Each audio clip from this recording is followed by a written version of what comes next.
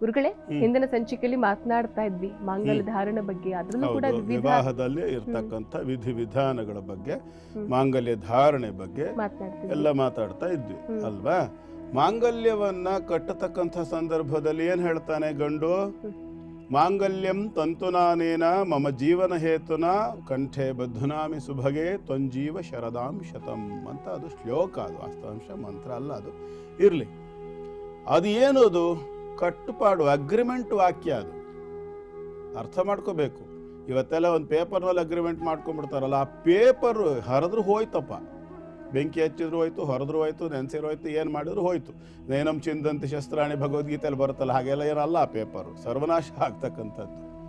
ಅದರ ಮೇಲೆ ಬರೆದಿರೋದಕ್ಕೆ ಬೆಲೆ ಇದೆಯೇ ಹೊರತು ನಾಲಿಗೆಗೆ ಬೆಲೆ ಇಲ್ಲದೆ ಹೋಯ್ತಲ್ಲ, ಮನಸ್ಸಿಗೆ ಬೆಲೆ ಇಲ್ಲದೆ ಹೋಯ್ತಲ್ಲ, ಭಾವನೆಗಳಿಗೆ ಬೆಲೆ ಇಲ್ಲದೆ ಹೋಯ್ತಲ್ಲ, ಜೀವನ ಯಾವುದಕ್ಕೂ ಬೆಲೆ ಇಲ್ಲದೆ ಹೋಯ್ತಲ್ಲ. ಅಲ್ಲಿವರೆಗೆ ಕೆಲವು ಪರಿಸ್ಥಿತಿ ಬಂದುಬಿಟ್ಟಿದೆ ನಮ್ಮ ಸಮಾಜದಲ್ಲಿ. ತುಂಬ ದುಃಖ ಆಗತ್ತೆ ಇದನ್ನು ನೋಡಿದರೆ.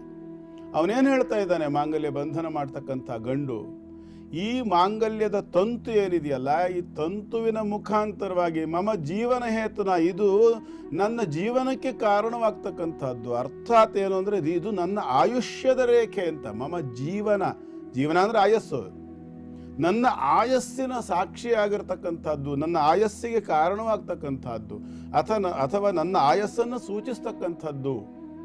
ಹಾಗಾಗಿ ಇದನ್ನ ನಿನ್ನ ಕೊರಳಿಗೆ ಕಟ್ತಾ ಇದ್ದೇನೆ. ನನ್ನ ಜೀವನಕ್ಕೆ ಕಾರಣವಾಗ್ತಕ್ಕಂತಹ ಈ ಮಾಂಗಲ್ಯವನ್ನ ನಿನ್ನ ಕೊರಳಿಗೆ ಕಟ್ತಾ ಇದ್ದೇನೆ. ತ್ವಂ ಜೀವ ಶರದಾಂ ಶತಂ, ಅಂದ್ರೆ ನಾನು ನಿನ್ನ ಜೊತೆ ಕಮಿಟ್ ಆಗ್ತಿದ್ದೇನೆ, ನಾನು ನಿನ್ನಲ್ಲಿಗೆ ಒಡಂಬಡ್ತಾ ಇದ್ದೇನೆ. ನನಗೂ ನಿನಗೂ ಒಂದು ಒಪ್ಪಂದ ಆಗ್ತಾ ಇದೆ, ಅಗ್ರಿಮೆಂಟ್ ಆಗ್ತಾ ಇದೆ. ಅದಕ್ಕೆ ಕಟ್ಟು ಬಿದ್ದು ಬದ್ಧನಾಗಿ ನಾನಿರ್ತೇನೆ. ತ್ವಂ ಜೀವ ಶರದಾಂ ಶತಂ, ನೀನು 100 ಮಳೆಗಾಲ, ಶರತ್ಕಾಲ ಅಂತಂದ್ರೆ ಮಳೆಗಾಲ ಅಂತ ಇಟ್ಕೊಳ್ಳೋಣ, 100 ಕಾಲಗಳನ್ನು ನೋಡು ಅಂತ ಅದರ ಅರ್ಥ. ಅಂದ್ರೆ ನೀನು ದೀರ್ಘವಾಗಿ ಬದುಕು ಅಂತ. ನೀನು ದೀರ್ಘವಾಗಿ ಬದುಕು ಅನ್ನೋದ್ರ ಅರ್ಥ ಏನು ಗೊತ್ತಾ? ನಿನ್ನ ಕೊರಳಿಗೆ ನಾನು ಮಾಂಗಲ್ಯ ಕಟ್ಟಿದ್ದೇನೆ, ಅದು ನನ್ನ ಆಯಸ್ಸು, ಹಾಗಾಗಿ ನಾನೂ 100 ಕಾಲ ಬದುಕಬೇಕು ಅಂತ, ನಾವಿಬ್ಬರೂ 100 ಕಾಲ ಬದುಕಬೇಕು ಅನ್ನುವಂಥ ಅಪೇಕ್ಷೆ. ಎಷ್ಟು ಉದಾತ್ತವಾದ ಭಾವನೆ ಇದೆ ಅಂಥೇಳಿ ನಾವು ಅರ್ಥ ಮಾಡ್ಕೋಬೇಕು. ಎಷ್ಟು ದೊಡ್ಡ ಒಂದು ಯೋಚನೆಗಳನ್ನು ಇಟ್ಕೊಂಡು ಈ ಒಂದು ಪದ್ಧತಿಯನ್ನು ತಂದರು ಅಂತೇಳಿ. ಇನ್ನು ಅದನ್ನು ಬಿಚ್ಚಿಡೋ ವಿಷಯದಲ್ಲಿ ನೀವು ಪ್ರಶ್ನೆ ಕೇಳಿದ್ರಿ ಅಲ್ವಾ. ಕೆಲವು ಸಂದರ್ಭ ಆ ದಾರ ತುಂಡಾಗಿ ಹೋಗ್ತದೆ. ಇವತ್ತೆಲ್ಲ ಏನಾಗಿದೆ ಅಂತಂದ್ರೆ, ಆ ದಾರ ಹೆಚ್ಚು ಕಾಲ ನಿಲ್ಲೋದಿಲ್ಲ, ಮಾಂಗಲ್ಯ ಸ್ವಲ್ಪ ಹೆಚ್ಚು ಕಾಲ ನಿಲ್ಲಲಿ, ಆಭರಣಕ್ಕೆ ಆಭರಣವೂ ಆಯಿತು, ಜೊತೆಯಲ್ಲಿ ಒಂದಿಷ್ಟು ಬಂಗಾರವು ನಿಂತಂಗೆ ಆಯಿತು ಮನೆಯಲ್ಲಿ ಅಂಥೇಳಿ ಮಾಂಗಲ್ಯವನ್ನು ಬಂಗಾರದ ಸರದಲ್ಲಿ ಹಾಕ್ಕೊಳ್ಳುವಂಥ ಕ್ರಮ ಬಂದಿದೆ. ತಪ್ಪಲ್ಲ ಅದು. ಯಾಕೆ ಅಂತಂದರೆ, ಬಂಗಾರ ಅಂತಂದ್ರೆ ಅದರ ಆಪದ್ಧನ ಅಂತ ಹೇಳ್ತಾರೆ. ಆಪತ್ಕಾಲ ಅನ್ನುವಂಥ ಸಮಯ ಬಂದಾಗ, ಯಾವುದೋ ಒಂದು ಸಂದರ್ಭ ಬಂದಾಗ, ಆ ಬಂಗಾರ ಅಂತಕ್ಕಂಥದ್ದು, ಇವತ್ತಂತೂ ಬಂಗಾರದ ರೇಟ್ ಕೇಳಿದ್ರೆ ಹೆದರಿಕೆ ಆಗತ್ತಲ್ಲ. ಹಾಗಾಗಿ ಒಂದು 50 ಗ್ರಾಮ್ ತೂಕದ ಮಾಂಗಲ್ಯ ಸರ ಅಂತಂದ್ರೆ ಇವತ್ತು ಕನಿಷ್ಠ ಒಂದು 7-8 ಲಕ್ಷ ರೂಪಾಯಿ. ಅಂದರೆ ಅಷ್ಟು ಪ್ರಮಾಣದ ಧನರಾಶಿ ಅಂತಕ್ಕಂಥದ್ದು ರಿಸರ್ವ್ ಆಗಿ ಉಳಿತದೆ ಅಲ್ವಾ. ಹಾಗಾಗಿ ಬಂಗಾರವನ್ನು ಅಂದರೆ ಮಾಂಗಲ್ಯವನ್ನು ಅದಕ್ಕೆ ಸೇರಿಸಿ ಕುತ್ತಿಗೆಗೆ ಹಾಕ್ಕೊಳ್ತಕ್ಕಂಥದ್ದು ತಪ್ಪಲ್ಲ. ಅದು ವಾಸ್ತವಾಂಶ ದಾರದಲ್ಲಿ ಪೋಣಿಸ್ಕೊಂಡಿರಬೇಕು, ನಿಜ. ಆದರೆ ಅದಷ್ಟು ಧಾರಣೆಯಾಗಿದ್ದ ಪಕ್ಷದಲ್ಲಿ ಅಷ್ಟು ಮಟ್ಟದ ಒಂದು ಸಂಪಾದನೆ ಅನ್ನೋದು ನಮ್ಮದು ಉಳಿದಾಗಾಯಿತು, ಉಳಿತಾಯ ಆದಾಗಾಯಿತು. ಮಾಂಗಲ್ಯ ಆಗಿರೋದ್ರಿಂದ ಎಲ್ಲ ತಲೆ ತೆಗೆಯೋದು, ಕಣ್ಕಂಡಲ್ಲಿ ಇಡೋದು ಇತ್ಯಾದಿಗಳನ್ನು ಮಾಡಿ ಕಳೆದೋಗೋ ಸಾಧ್ಯತೆ ಕಡಿಮೆ ಅಲ್ವಾ. ಹಾಗಾಗಿ ಇದೆಲ್ಲ ಒಂಥರ ಪ್ಲಾನ್ಡ್ ಯೋಜನೆಗಳಿವೆಲ್ಲವೂ ಕೂಡ, ತಪ್ಪೇನಿಲ್ಲ ಅದರಲ್ಲಿ. ಇನ್ನು ತೆಗೆದಿಡುವ ವಿಚಾರ, ಕೆಲವು ಸಂದರ್ಭದಲ್ಲಿ ತೆಗೆದಿಡೋದು ತುಂಡಾಗೋದು ನಿನ್ನ ಮನಸ್ಸಿನಲ್ಲಿ, ಆ ಹೆಣ್ಣಿನ ಮನಸ್ಸಿನಲ್ಲಿ ಗಂಡದ ಮೇಲೆ ಅಭಿಮಾನ ಇದೆ, ಪ್ರೀತಿ ಇದೆ ಅನ್ನುವಂಥ ಸಂದರ್ಭದಲ್ಲಿ ಅದಕ್ಕೆ ಸಾಂಕೇತಿಕವಾಗಿ ಮಾಂಗಲ್ಯ ತೆಗೆದಿಟ್ಕೊಳ್ಳೋದೆಲ್ಲ ಇಲ್ಲ ಅಂತ ಅರ್ಥವಾ? ಶಾಸ್ತ್ರದ ವಿರೋಧ ಅಂತಂದರೆ ಲೆಕ್ಕ ಹಿಡಿದ್ರೆ, ಹಾಗಾದರೆ ದಾರದಲ್ಲಿ ಕಟ್ಟಬೇಕು ಶಾಸ್ತ್ರದ ಪ್ರಕಾರ. ಆ ದಾರ ಏನು ಅವನು ಬದುಕಿದ್ದಷ್ಟು ದಿವಸ ಆ ದಾರ ಉಳಿತದೆಯಾ? ದಾರ ಹೋಗೋದಿಲ್ವಾ? ನಿತ್ಯ ಸ್ನಾನ ಮಾಡಬೇಕಾಗಿ ಬರುತ್ತೆ, ಅಥವಾ ಬೆವರುತ್ತೆ ಶರೀರ, ದಾರ ಕ್ರಮೇಣ ಶಿಥಿಲ ಆಗುತ್ತೆ, ಲಡ್ಡಾಗುತ್ತೆ, ಒಂದು ದಿವಸ ತುಂಡಾಗುತ್ತೆ.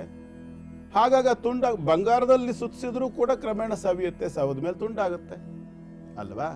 ಸೊ ಹಾಗಾಗಿ ದಾರ ತುಂಡಾಯಿತು ಅಂತ ಆಗಲಿ ಅಥವಾ ಬಂಗಾರದ ಕೊಕ್ಕೆ ತುಂಡಾಯಿತು ಅನ್ನೋ ಕಾರಣಕ್ಕಾಗಲಿ ಮಾಂಗಲ್ಯದ ಬಗ್ಗೆ ಅಷ್ಟು ದೊಡ್ಡದಾಗಿ ತಗೊಳ್ಳೋದು ಬೇಡ. ಪ್ರಕೃತಿ ಪರಿಸ್ಥಿತಿಗೆ ತಕ್ಕಂತೆ ಆಗತ್ತೆ, ಅದೆಲ್ಲ ವ್ಯತ್ಯಾಸಗಳಾದರೆ ಅದೇನು ದೊಡ್ಡ ಅಪಾಯವೋ ಅವಘಡವೋ ಅಪಶಕನವೋ ಅಲ್ಲ. ಆದರೆ ಕೆಲವು ಸಂದರ್ಭ ಇದ್ದಕ್ಕಿದ್ದಂಗೆ ಮಾಂಗಲ್ಯ ಸರ ತುಂಡಾಗ್ಬಿಡುತ್ತೆ. ಹೊಸದಾಗಿ ದಾರದಲ್ಲಿ ಪೋಣಿಸಿ ಕಟ್ಕೊಂಡಿರ್ತಾರೆ, ಅದು ಯಾವುದಕ್ಕೋ ಒಂದು ಸಿಕ್ಕಾಕೊಂಡು ತುಂಡಾಯಿತು ಅಂದ್ರೆ ಅರ್ಥ ಇದೆ. ಏನೋ ಕೆಲಸ ಕಾರ್ಯ ಪಾಪ ಹೆಣ್ಮಕ್ಳು ಮಾಡ್ತಾ ಇರ್ತಾರೆ, ಅದ್ರ ಮಧ್ಯದಲ್ಲಿ ಎಲ್ಲೋ ಕೈಗೆ ಸಿಕ್ಕಾಕೊಳ್ತೋ, ಏನೋ ಒಂದು ವಸ್ತುಗೆ ಸಿಕ್ಕಾಕೊಳ್ತೋ, ಸೌಟ್ ಹಾಕೊಂಡು ಹಿಂಗೇನೋ ಬಗ್ಗೆನೋ ಒಂದು ಹಿಂಗೆ ಮಾಡ್ತಾ ಇರ್ತಾರೆ. ಬಗ್ಗಿರ್ತಾರಪ್ಪ, ಮಾಂಗಲ್ಯ ಸರನು ಕೆಳಗಡೆ ನೇತಾಡ್ತಾ ಇರ್ತದೆ. ಅದು ಹಿಂಗೆ ಓಡಾಡ್ಸೋ ಸಂದರ್ಭದಲ್ಲಿ ಯಾವುದೋ ಗಟ್ಟಿಯಾಗಿರ್ತಕ್ಕಂಥ ಪದಾರ್ಥಕ್ಕೆ ಏನಕ್ಕೋ ಒಂದು ತಾಗ್ಬಿಟ್ಟು ತುಂಡಾಗ್ತದೆ. ಇವೆಲ್ಲ ಅಪಶಕನ ಅಲ್ಲ, ಅದಕ್ಕೆಲ್ಲ ಅಪಶಕನ ಅಂತ ಅಂದ್ಕೊಳ್ಬೇಕಾದ್ದು ಇಲ್ಲ.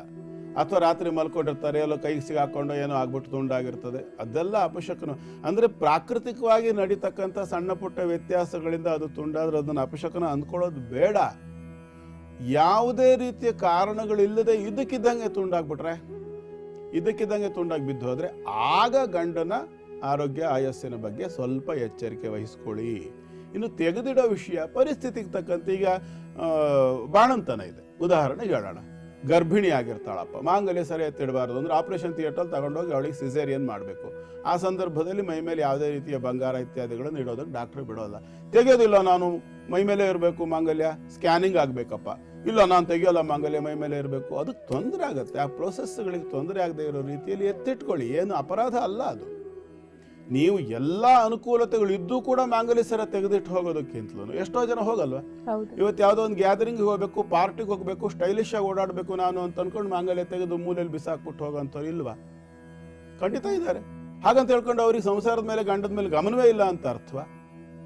ಹಾಗೂ ಏನು ಅರ್ಥ ಅಲ್ವಲ್ಲ. ಪರಿಸ್ಥಿತಿಗೆ ತಕ್ಕಂತೆ ಸಣ್ಣ ಪುಟ್ಟ ಬದಲಾವಣೆಗಳನ್ನು ಮಾಡಿಕೊಳ್ಳೋದು ತಪ್ಪಲ್ಲ. ಆದರೆ ಒಂದು ಕಾಲ ಅಂತ ಇದೆ, ಪ್ರತಿಯೊಂದಕ್ಕೂ ಒಂದು ಕಾಲ ಇದೆ, ದೇಶ ಇದೆ, ಜಾಗಗಳಿದ್ದಾವೆ, ಸಮಯ ಸನ್ನಿವೇಶ ಇದೆ. ಅಂಥ ಸಂದರ್ಭಗಳಲ್ಲಿ ಹೆಣ್ಣು ಮಕ್ಕಳು ಸುಮಂಗಲಿಯಾಗಿ ಕಂಡ್ರೆ ಆಗ ಅವರಿಗೆ ಅದು ಒಳ್ಳೆಯದು. ಈಗ ಎಲ್ಲ ಒಂದು ಕಡೆ ಹೋಗಿರ್ತೀರಿ, ಆಕಸ್ಮಿಕವಾಗಿ ಯಾವುದೋ ಒಂದು ದೇವಸ್ಥಾನಕ್ಕೋ ಅಥವಾ ಯಾವುದೋ ಪೂಜೆ ಪ್ರಸಾದನೋ ತಗೊಳ್ಬೇಕಾಗಿ ಬಂತಪ್ಪ. ಆ ಸಂದರ್ಭದಲ್ಲಿ ಕೊರಳಲ್ಲಿ ಮಾಂಗಲ್ಯವೇ ಇಲ್ಲದೆ ಇರೋ ರೀತಿಯಲ್ಲಿ ಇದ್ದು ಬಿಟ್ರೆ ಎಷ್ಟು ಚಂದ. ಸೌಮಾಂಗಲ್ಯದ ಸೂಚಕ ಅದು. ಮನಸ್ಸಿಗೆ ಭಾವನೆ ಇದೆ, ನನ್ನ ಮನಸ್ಸಿನಲ್ಲಿ ಎಲ್ಲದೂ ಒಳ್ಳೇದಿದೆ. ಹೌದು, ಮನಸ್ಸಿನಲ್ಲಿ ಎಲ್ಲದೂ ಒಳ್ಳೇದಿದೆ, ನಿಜ, ಇಲ್ಲ ಅಂತಲ್ಲ. ಹಾಗಂತೇಳಿ ಪ್ರತಿಯೊಂದಕ್ಕೂ ಒಂದು ಲಕ್ಷಣ ಅಂತಿದೆ, ಪ್ರತಿಯೊಂದಕ್ಕೂ ಇದೆ. ನನಗೆ ನಿನ್ನ ಮೇಲೆ ತುಂಬ ಪ್ರೀತಿ ಇದೆಯಪ್ಪ, ಅದಕ್ಕಾಗಿ ನನಗೆ ನೀನು ತುಂಬ ಇಷ್ಟ ಹೇಳುವ ಕುತ್ತಿಗೆ ಹೆಚ್ಚಿಕೊಟ್ರೆ ತುಂಬ ಇಷ್ಟ, ನನಗೆ ನೀನು ತುಂಬ ಪ್ರೀತಿ ಅಂತೇಳಿ. ಅದಕ್ಕೊಂದು ಕಥೆ ಹೇಳ್ತಾರೆ ಪಂಚತಂತ್ರದಲ್ಲಿ. ಒಬ್ಬ ರಾಜ ಇದ್ನಂತೆ. ಆ ರಾಜನಿಗೆ ಒಂದು ಮಂಗದ ಮೇಲೆ ತುಂಬ ಪ್ರೀತಿ, ಆ ಕೋತಿಗೂ ಅವನ ಮೇಲೆ ಭಯಂಕರ ಪ್ರೀತಿ, ಏನು ಅಷ್ಟು ಇಷ್ಟ ಅವನಿಗೆ. ಪಂಚತಂತ್ರದಲ್ಲಿ ಬರೋ ಕಥೆ.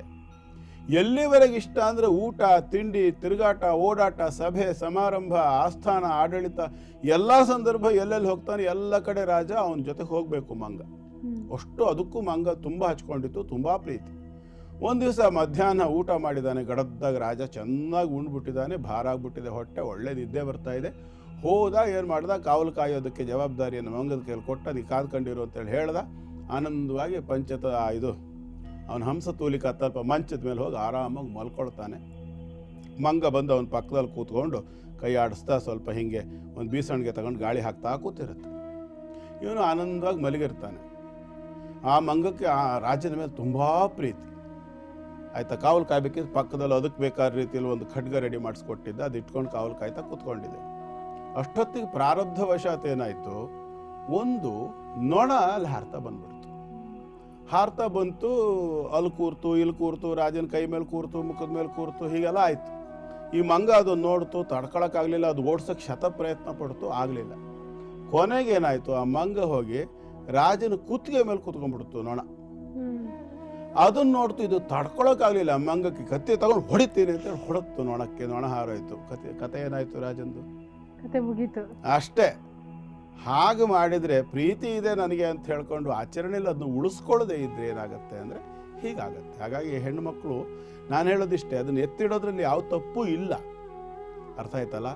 ಆದರೆ ಯಾವಾಗಲೂ ಎತ್ತಿಡೋದು, ಯಾವಾಗಲೂ ಹಾಕ್ದಲೇ ಇರೋದು, ಧರಿಸದೇ ಇರೋದು, ಸಂಜೆ ಹೊತ್ತು ದೀಪ ಹಚ್ಚೋ ಹೊತ್ತು, ಸೌಮಾಂಗಲ್ಯ ದೇವತೆಗಳು ಮನೆಗೆ ಬರುವಂಥ ಕಾಲ, ಬೆಳಗ್ಗೆ ಹೊತ್ತು ಮನೆಗೆ ಯಾರೋ ದೊಡ್ಡವರು ಬರ್ತಕ್ಕಂಥದ್ದು, ಆಶೀರ್ವಾದ ಮಾಡ್ತಕ್ಕಂಥವ್ರು ಬರುವಂಥದ್ದು, ಹಿರಿಯರು ಶ್ರೇಷ್ಠರು ಬರುವಂಥ ಕಾಲಗಳು, ವಾರಗಳು, ಹಬ್ಬಗಳು, ಇಂಥ ಸಂದರ್ಭಗಳಲ್ಲೆಲ್ಲ ಸುಮಂಗಲಿಯರಾಗಿ ಕಾಣಿಸ್ಕೊಳ್ಬೇಕಾಗಿರ್ತಕ್ಕಂಥ ಸಂದರ್ಭಗಳಲ್ಲಿ ಕೂಡ ಆ ಮಾಂಗಲ್ಯಕ್ಕೆ ಒಂದು ಅದನ್ನು ಕಟ್ಟಿರುವಂಥ ಸನ್ನಿವೇಶ ಎಂಥದ್ದು, ಆ ಮುಹೂರ್ತ ಎಂಥದ್ದು, ಅದರ ಉದ್ದೇಶ ಎಂಥದ್ದು, ಇವೆಲ್ಲದರ ಗಮನ ಇಟ್ಕೊಳ್ಳದೆ ಬೇಕಾಬಿಟ್ಟು ಅದನ್ನು ತೆಗೆದು ಬಿಸಾಡೋದು ಎಲ್ಲ. ಒಬ್ಬೊಬ್ಬರ ಮನೇಲಿ ಒಂದೊಂದು ಥರದ ಪರಿಸ್ಥಿತಿ ಇರುತ್ತೆ. ಅವರವ್ರ ವಿವೇಚನೆಗೆ ಬಿಡ್ತೀನಿ ನಾನು ಯಾವ ತೀರ್ಮಾನ ಕೊಡೋಲ್ಲ, ಆಯ್ತಲ್ಲ. ಸುಮಂಗಲಿಯರಾಗಿ ಪ್ರಪಂಚದಲ್ಲಿ ಕಾಣಿಸ್ಕೊಳ್ಳಿ, ಸೌಮಾಂಗಲ್ಯವತಿಯಾಗಿ ಬಾಳಿ, ನಿಮ್ಮ ಕುಟುಂಬದಲ್ಲಿ ಮಂಗಳಕರವಾದ ಶುಭಕರವಾಗಿರ್ತಕ್ಕಂಥ ವಾತಾವರಣ ಇರಲಿ ಅನ್ನೋ ಕಾರಣ ಆ ಮಾಂಗಲ್ಯದ ಬಂಧನದಲ್ಲಿ ಇರ್ತಕ್ಕಂಥದ್ದು. ಅನಿವಾರ್ಯ ಸಂದರ್ಭದಲ್ಲಿ ತೆಗೆದಿಡೋದು ಬೇರೆ, ನಿತ್ಯ ಅದನ್ನು ತೆಗೆದೆಲ್ಲೋ ಒಂದು ಕಡೆ ಬಿಸಾಡೋದು.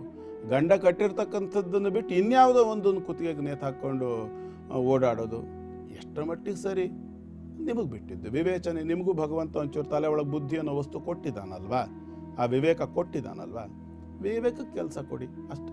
ನಾನು ಯಾರು ಹೇಳೋಕ್ಕೆ.